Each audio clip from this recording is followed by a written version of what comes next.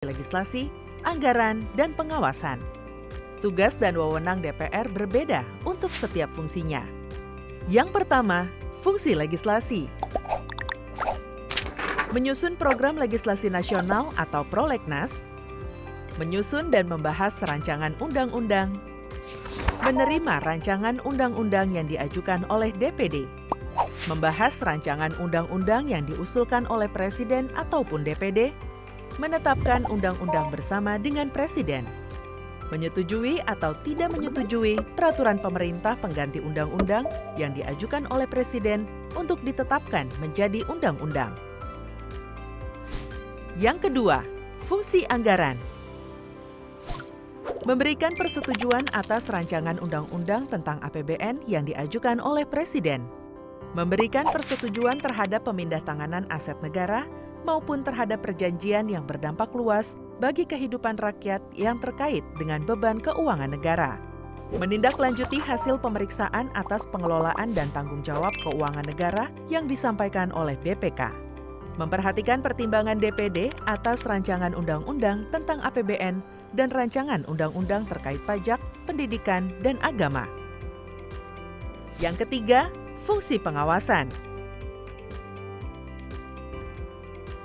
Fungsi pengawasan, DPR bertugas melakukan pengawasan terhadap pelaksanaan undang-undang APBN dan kebijakan pemerintah, serta membahas dan menindaklanjuti hasil pengawasan yang disampaikan oleh DPD.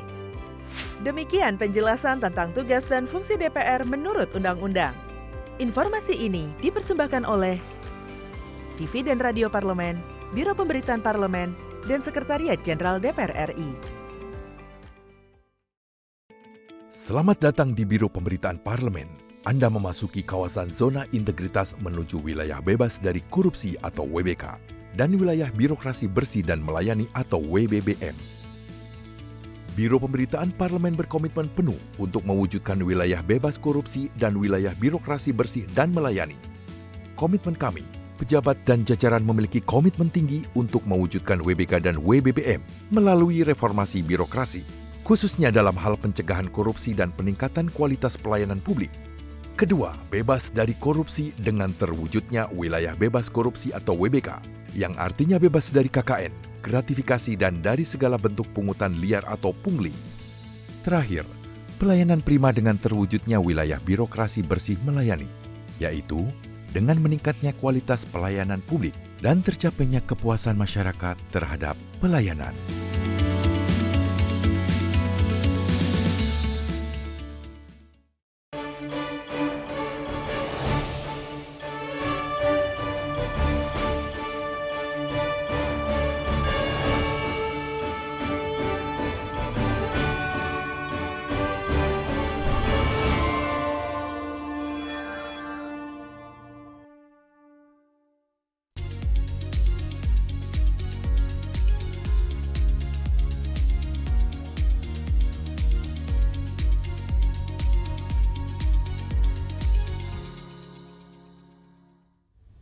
Halo, selamat pagi pemirsa. Apa kabar Anda? Hari ini kita kembali berjumpa dalam program TVR 09 bersama saya Dadi Ramadan dan juga rekan saya. Dan saya Nazia Sudirja. Dalam 30 menit ke depan kami akan sajikan kepada Anda sejumlah berita nasional, khususnya dari sudut pandang DPR RI sebagai referensi Anda dalam memahami dinamika politik, hukum, ekonomi, sosial, dan budaya di Indonesia.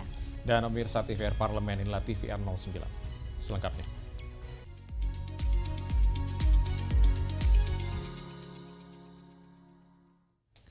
Pemirsa, Badan Keahlian DPR RI berkomitmen bekerja maksimal dalam menyusun rancangan undang-undang hak cipta guna tercipta sistem pembayaran royalti yang tidak merugikan dan dapat menjamin setiap hak ekonomi dari seluruh insan musik, dari pencipta lagu hingga industri konser musik.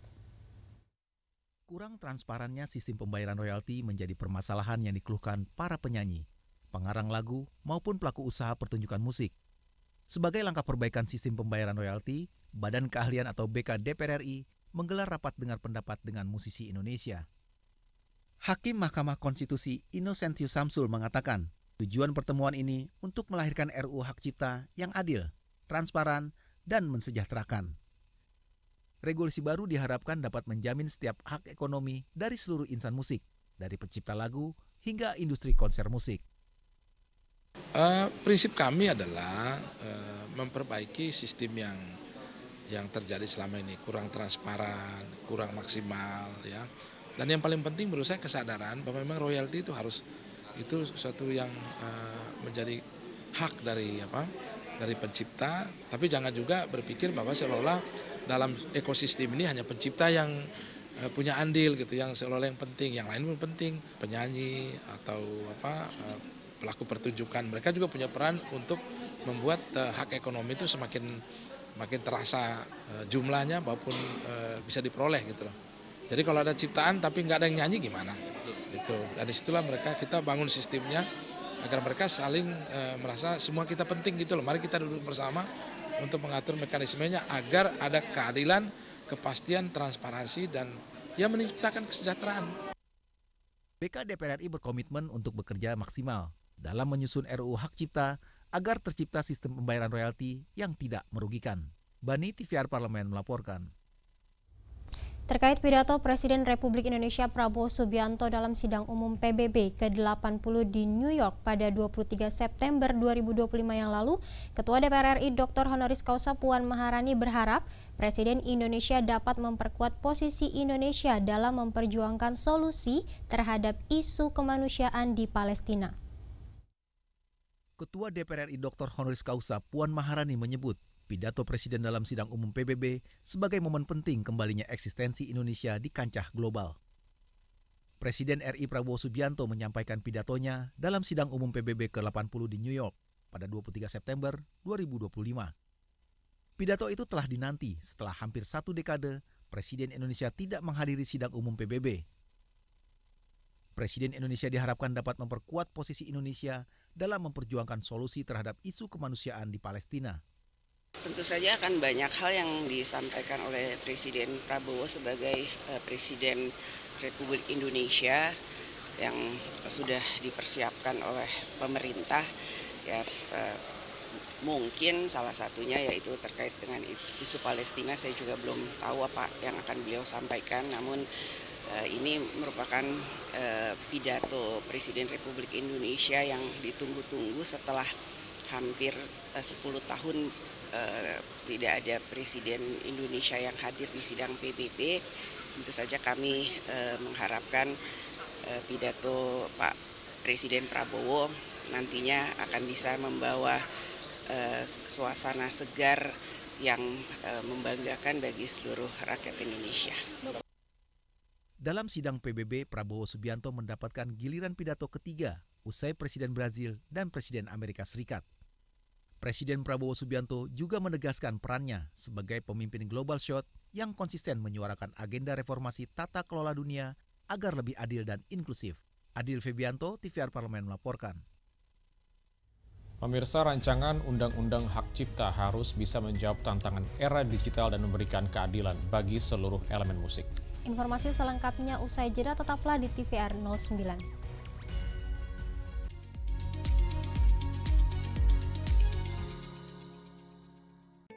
Selamat datang di Biro Pemberitaan Parlemen.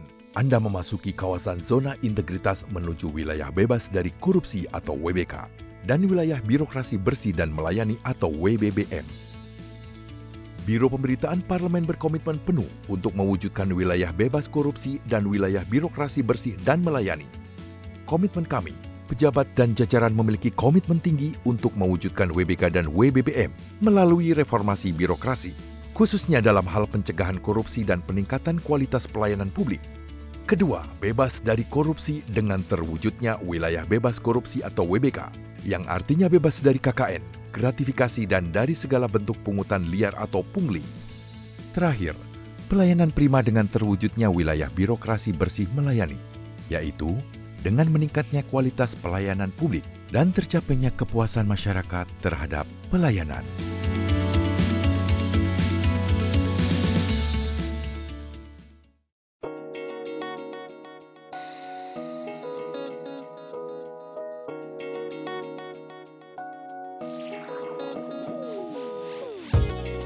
Kehadiran mereka tidak hanya mewakili suara perempuan, tetapi juga membawa perspektif yang beragam serta pengalaman hidup yang unik ke dalam proses pembuatan kebijakan.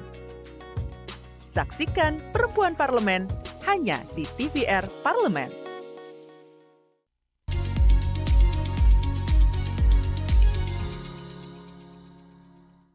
Anda kembali menyaksikan TVR 09. Pemirsa, Balik DPR RI menilai rancangan Undang-Undang Hak Cipta dapat menjadi langkah reformasi dalam regulasi hak cipta yang sesuai dengan perkembangan teknologi digital, perdagangan elektronik, dan juga kecerdasan artifisial dan juga kebutuhan hak cipta di era digital. Badan Legislasi DPR RI mulai membahas penyusunan RUU Hak Cipta pasca dibentuknya tim perumus yang juga melibatkan kelompok musisi. Anggota Balik DPR RI menekankan RUU Hak Cipta nantinya harus bisa menjawab tantangan era digital dan memberikan keadilan bagi seluruh elemen musik. Longki Janggola menyampaikan, bukan hanya revisi teknis, RUU Hak Cipta menjadi langkah reformasi dalam regulasi hak cipta. Revisi ini penting karena Undang-Undang Hak Cipta yang berlaku saat ini sudah tidak relevan lagi dengan perkembangan teknologi digital, perdagangan elektronik, kecerdasan artifisial, dan kebutuhan hak cipta di era digital. Hal tersebut perlu diperhatikan sebagai bentuk penghargaan negara terhadap identitas dan kreativitas masyarakat. Terlebih lagi, menurut Longki, masih rendahnya kesadaran masyarakat terhadap pelanggaran hak cipta, terutama di era digital. Dengan demikian, penguatan perlindungan hak cipta adalah bagian dari upaya menjaga martabat bangsa, sekaligus mewujudkan keadilan sosial bagi sebagaimana amanat konstitusi. Kita tahu bahwa pembajakan masih dianggap hal-hal yang biasa di masyarakat. Ini problem yang sangat serius. Saya menekankan agar RUU ini tidak hanya berhenti sampai di norma hukum, tetapi juga menekankan program edukasi publik yang sistematis, sehingga perlindungan hak cipta tidak hanya dipahami sebagai kewajiban negara, tetapi juga kesadaran kolektif seluruh warga bangsa. Longki Janggola juga menyoroti pentingnya pengelolaan royalti melalui satu sistem digital yang transparan dengan tidak mengesampingkan pengawasan secara manual agar tidak terjadi monopoli atau kecurangan oleh lembaga pengelola. Andini dan Angga, TVR Parlemen, melaporkan. Sementara itu, pemirsa, Balik DPR RI menekankan pentingnya regulasi yang jelas dan komprehensif, khususnya pendataan, jaminan sosial, hingga perlindungan hukum bagi pekerja migran Indonesia, termasuk hak jaminan sosial bagi keluarganya di Indonesia. Anggota Badan Legislasi DPR RI berkomitmen memperkuat perlindungan bagi pekerja migran Indonesia melalui revisi Undang-Undang Perlindungan Pekerja Migran Indonesia atau RUU PPMI dan memastikan regulasi yang tepat dan tidak tumpang tindih. Dalam audiensi lembaga, asosiasi, dan pemerhati pekerja migran, disampaikan masukan terkait tarif penempatan PMI yang sering melebihi batas ketentuan pemerintah dan mekanisme pelaporan pelanggaran pada proses perekrutan dan penempatan PMI yang belum memiliki krisis center. Terkait itu, Eva Monalisa menekankan pentingnya regulasi yang jelas dan komprehensif, khususnya terkait pendataan, jaminan sosial, hingga perlindungan hukum. Para pekerja migran telah berkontribusi bagi devisa negara, sehingga berhak mendapatkan kepastian perlindungan, termasuk hak jaminan sosial bagi keluarganya di Indonesia. Hanya memang regulasinya ini, pemerintah ini ada sub-sub seperti agen-agen, ini kan pihak swasta. Nah, para pekerja migran ini kan minta jaminan sosial juga. Apa yang sudah dia bayarkan otomatis bisa kembali untuk keluarganya. Jadi mungkin itu yang kita pertegas. Jadi dari pihak swasta ini juga harus kita istilahnya berikan regulasi yang benar-benar harus menguntungkan pekerja migran. Eva Monalisa juga mendorong penambahan konsulat jenderal RI di negara-negara selain Arab Saudi, Hong Kong, dan Bangkok agar bisa memberi perlindungan hukum bagi pekerja migran Indonesia yang tersebar ke banyak negara, terutama ketika menghadapi proses hukum. Ferdian dan Samsul, TVR Parlemen, melaporkan.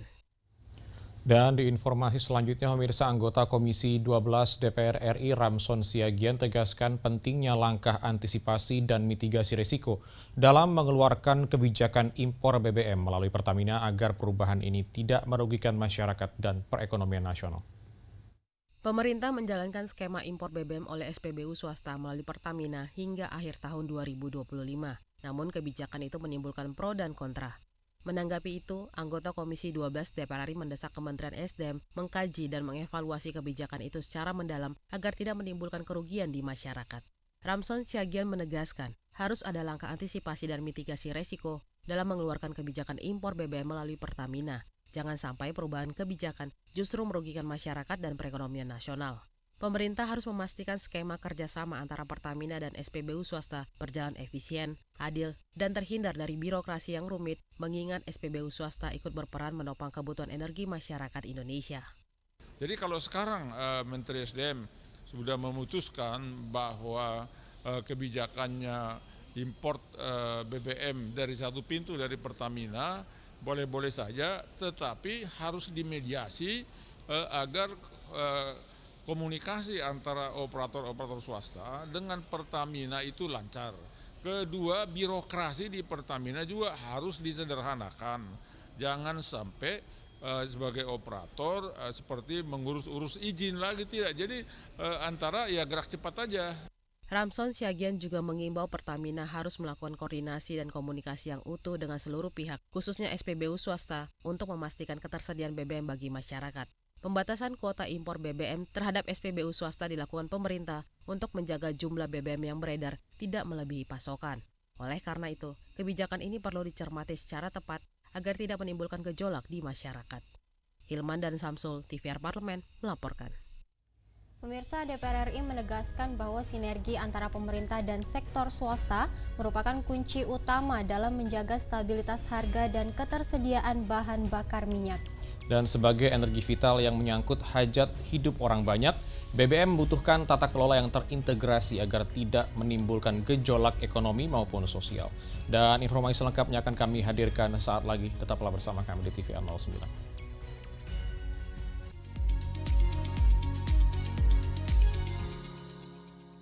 Karena di awal beliau menyampaikan kalau kita bisa kok mengenjot pertumbuhan ekonomi Indonesia di 8%. Setidaknya ada dua hal. Kalau karakter, kita bicara karakter dulu, menurut saya lebih otentik. Itu satu. Kalau masaf kebijakan, dia pro growth. Nah, untuk mencapai 8% dia, kita tadi dari aspek yang lain kita perlu 3 tools. Masih membahas soal 200T-nya nih gimana nih? Nah, sudah dibagi ke 5 bank himbara. Menurut saya ini adalah terobosan yang baik. Oke. Patut untuk kita berikan kesempatan kepada pemerintah untuk mentransmisi penggunaan 200 triliun ini. Pertama, kita harus mendorong supaya ke sektor produktif. Kedua, size-nya. Siapa penerima 600 triliun tadi, 400 dan DPK, dana pihak ketiga yang ada di bank yang saya sebut tadi, 200 dari Menteri Keuangan, itu sebaiknya UMKM. Kalau menurut Bapak dengan adanya paket stimulus ini? Paket 8, paket 4, dan paket 5. Itu dibagi di beberapa kementerian dan lembaga. Yes. Yang utama sekali output dari semua ini adalah mengurangi angka pengangguran. Sekarang, kamu bisa menyaksikan program-program TVR Parlemen di First Media, channel 18 ya.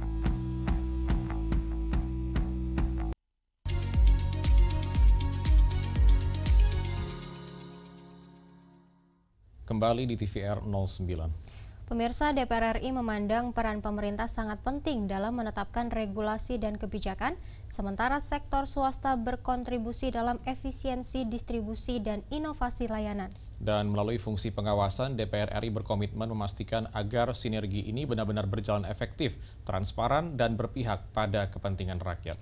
Kolaborasi erat antara pemerintah dan swasta, stabilitas energi nasional dapat terjaga sekaligus memperkuat ketahanan energi Indonesia di masa mendatang. Dan simak liputan mendalam yang telah dikemas oleh tim redaksi TVR Parlemen dalam segmen editorial Parlemen. Berikut ini.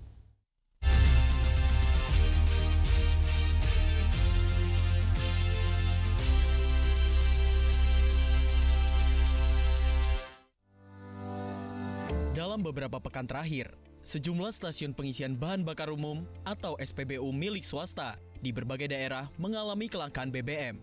Sejak akhir Agustus 2025, sejumlah SPBU swasta seperti Shell dan BPAKR mengalami keterbatasan stok BBM, khususnya bensin beroktan tinggi. Fenomena tersebut menimbulkan pertanyaan publik, mengingat kehadiran SPBU swasta memberi alternatif bagi masyarakat untuk memilih bahan bakar berdasarkan harga, kualitas, dan ketersediaan.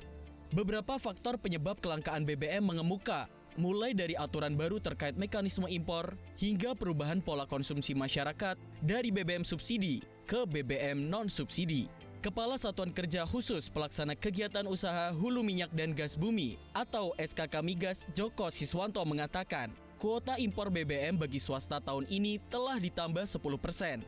Menyusul terjadinya kelangkaan pada SPBU swasta, ia meminta masyarakat untuk membeli BBM dari SPBU Pertamina terdekat. Kebijakan impor BBM satu pintu melalui Pertamina turut menjadi sorotan. Beberapa pihak menilai kebijakan tersebut berpotensi menimbulkan kerugian bagi banyak pihak. Sementara itu, Kementerian Energi dan Sumber Daya Mineral atau ESDM mengungkapkan alasan merancang mekanisme satu pintu impor BBM melalui Pertamina untuk menjaga stabilitas pasokan. Menteri ESDM Bahlil Lahadalia menjelaskan, skema impor lewat PT Pertamina yang dilakukan SPBU swasta saat ini hanya berlaku hingga akhir tahun 2025. Pada tahun 2026, operator SPBU swasta akan kembali diberikan izin impor secara mandiri. Merespon kebijakan tersebut, Komisi 12 DPR RI mendesak Kementerian ESDM mengkaji serta mengevaluasi secara mendalam kebijakan tersebut, sehingga tidak menimbulkan kelangkaan BBM di masyarakat. Anggota Komisi 12 DPR RI, Ramson Siagian mendorong adanya langkah antisipasi dan mitigasi resiko dalam mengeluarkan kebijakan impor BBM satu pintu melalui Pertamina. Ia menekankan, jangan sampai perubahan kebijakan justru merugikan masyarakat dan perekonomian nasional. Menurutnya, pemerintah perlu memastikan skema kerjasama bisnis to bisnis antara Pertamina dan SPBU swasta agar berjalan efisien, adil, dan terhindar dari rumitnya birokrasi. Mengingat SPBU swasta turut berperan dalam menopang kebutuhan energi masyarakat. Jadi kalau misalnya suatu saat mau men-switch kebijakan, mau merubah kebijakan, itu harus disiapkan mitigasinya, harus disiapkan langkah-langkah strategis dan operasional yang tidak mempersulit masyarakat konsumen yang menggunakan BBM dari SPBU swasta tersebut. Jadi kalau sekarang Menteri SDM sudah memutuskan bahwa kebijakannya import BBM dari satu pintu dari Pertamina boleh-boleh saja, tetapi harus dimediasi agar komunikasi antara operator-operator swasta dengan Pertamina itu lancar. Kedua, birokrasi di Pertamina juga harus disederhanakan. Jangan sampai sebagai operator seperti mengurus-urus izin lagi, tidak. Jadi antara ya gerak cepat aja. Kementerian ESDM perlu mengantisipasi terjadinya kelangkaan BBM di berbagai SPBU. Hal tersebut untuk memastikan stabilitas distribusi energi serta menjaga kepercayaan publik terhadap pemerintah. PT Pertamina juga harus melakukan koordinasi dan komunikasi yang utuh dengan seluruh pihak, khususnya SPBU swasta, dalam rangka memastikan ketersediaan BBM bagi masyarakat. Artinya jangan sampai kebijakan yang harus satu pintu, jangan sampai membuat kelangkaan bagi masyarakat konsumen, pangsa pasarnya operator-operator swasta. Jadi harus tetap tersedia gitu, tersedia BBM di SPBU milik swasta itu. Komisi 12 DPR RI menegaskan pentingnya pengawasan dan koordinasi lintas sektor untuk menjamin akses masyarakat terhadap energi, khususnya BBM. Untuk itu, sinergi antara pemerintah, Pertamina, dan SPBU swasta mutlak perlu dijaga. DPR RI berkomitmen untuk terus mengawal guna memastikan pasokan BBM aman dan pilihan masyarakat tetap terjaga.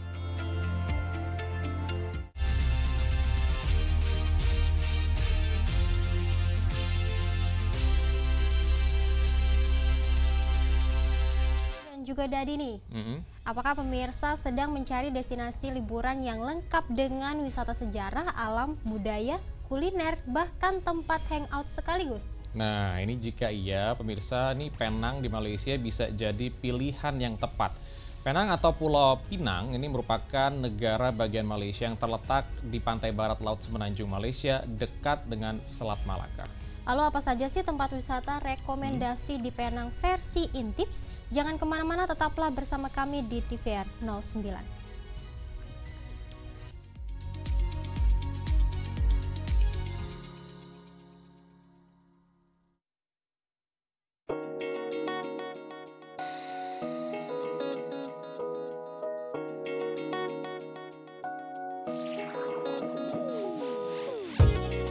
Kehadiran mereka tidak hanya mewakili suara perempuan, tetapi juga membawa perspektif yang beragam serta pengalaman hidup yang unik ke dalam proses pembuatan kebijakan. Saksikan Perempuan Parlemen hanya di TVR Parlemen.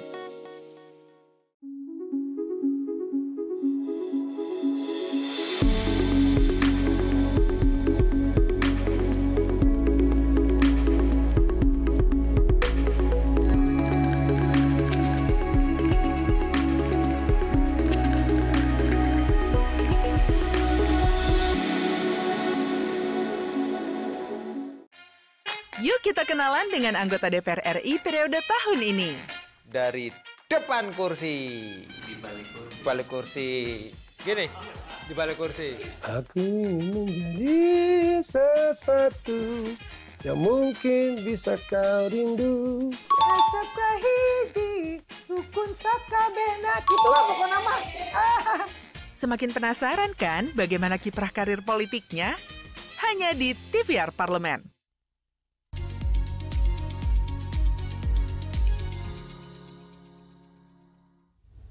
Anda kembali menyaksikan TVR 09. Ya, pemirsa, Penang menyimpan banyak tempat unik untuk dikunjungi, mulai dari Georgetown yang dipenuhi mural dan bangunan bersejarah, hingga kuil megah Kek Lok Si Temple dengan pagoda 10.000 Buddha. Apa pula Penang Hill? Maksud kami ada pula Penang Hill, tempat nongkrong kopi hutan di ketinggian, Emperor Village yang menawarkan suasana trekking dan kuliner otentik, serta Hinbas Depot, pusat seni dan kreativitas anak muda. Dan buat pecinta pantai, jangan lewatkan Oceano Symphony, kafe tepi pantai dengan suasana santai dan makanan yang menggugah selera. Tanpa berlama-lama, mari kita saksikan tayangan khusus rekomendasi tempat berlibur di Penang, Malaysia dalam segmen Intips, informasi dan tips berikut ini.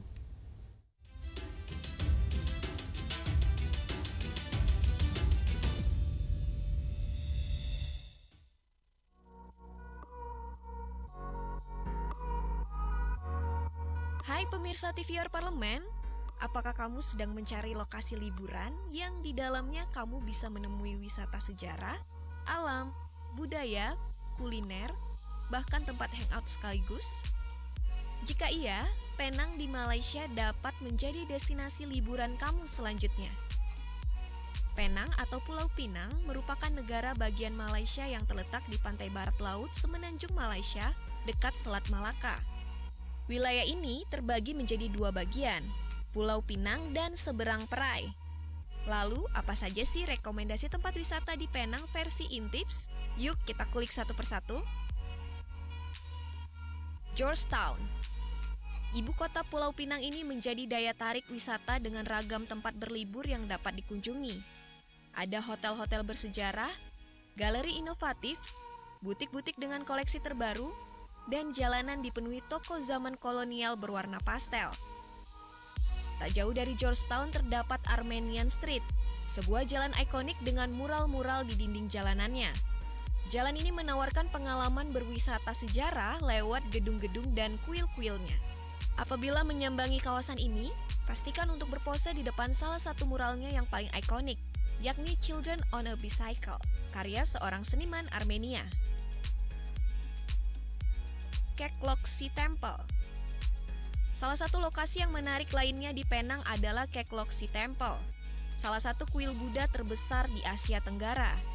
Daya tarik utama dalam kompleks ini adalah pagoda 10.000 Buddha berlantai 7 yang menarik perhatian dengan 10.000 patung Buddha dari Pualam dan Perunggu, dan patung perunggu Kuan Yin, Dewi Welas Asih setinggi 302 meter. Pengunjung dapat mendaki ke puncak pagoda menggunakan tangga yang curam dan dapat melihat pemandangan Penang. Namun jangan khawatir, kini Kek Lok Si Temple sudah memiliki lift miring, atau funicular untuk mengangkut pengunjung ke tingkat atas kuil yang terletak di lereng bukit, seperti menuju patung Dewi Kuan Yin dan menikmati pemandangan kota. Cukup membayar Rp3 atau sekitar Rp11.000, pemirsa bisa menikmati sensasi menaiki lift ini. Penang Hill. Penang Hill adalah resor bukit yang terdiri dari sekelompok puncak di Pulau Penang, Malaysia. Bukit Penang mencakup sejumlah bukit dengan titik tertinggi di Bukit Barat yaitu 833 meter atau 2.733 kaki di atas permukaan laut. Tempat ini digunakan sebagai tempat peristirahatan selama periode kolonial Inggris dan sekarang menjadi tujuan wisata populer di Penang.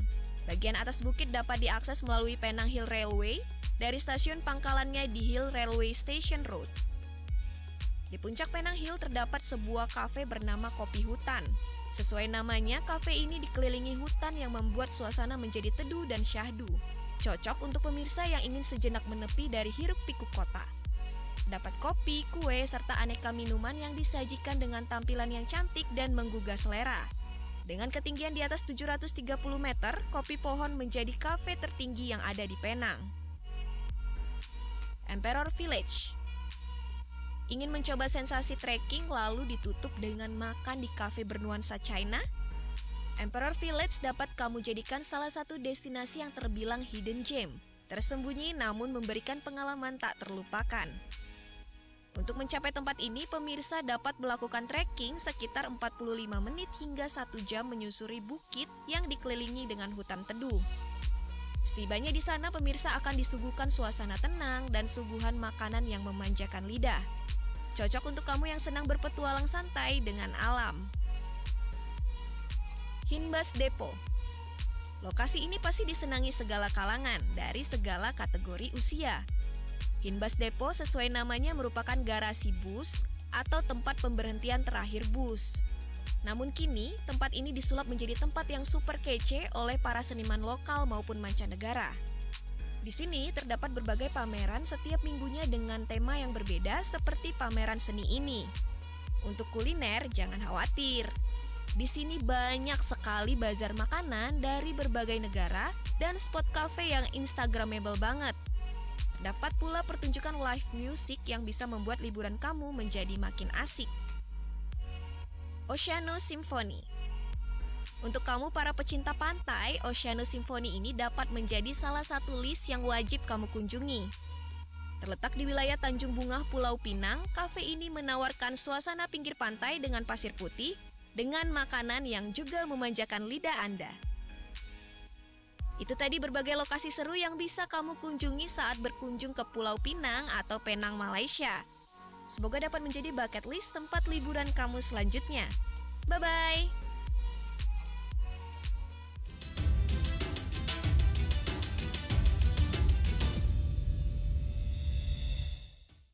Dan pemirsa, di penghujung acara kami hadirkan kepada Anda sejumlah agenda DPR RI pada hari ini. Pada pukul 10 waktu Indonesia Barat, Komisi 6 DPR RI mengadakan rapat dengar pendapat umum.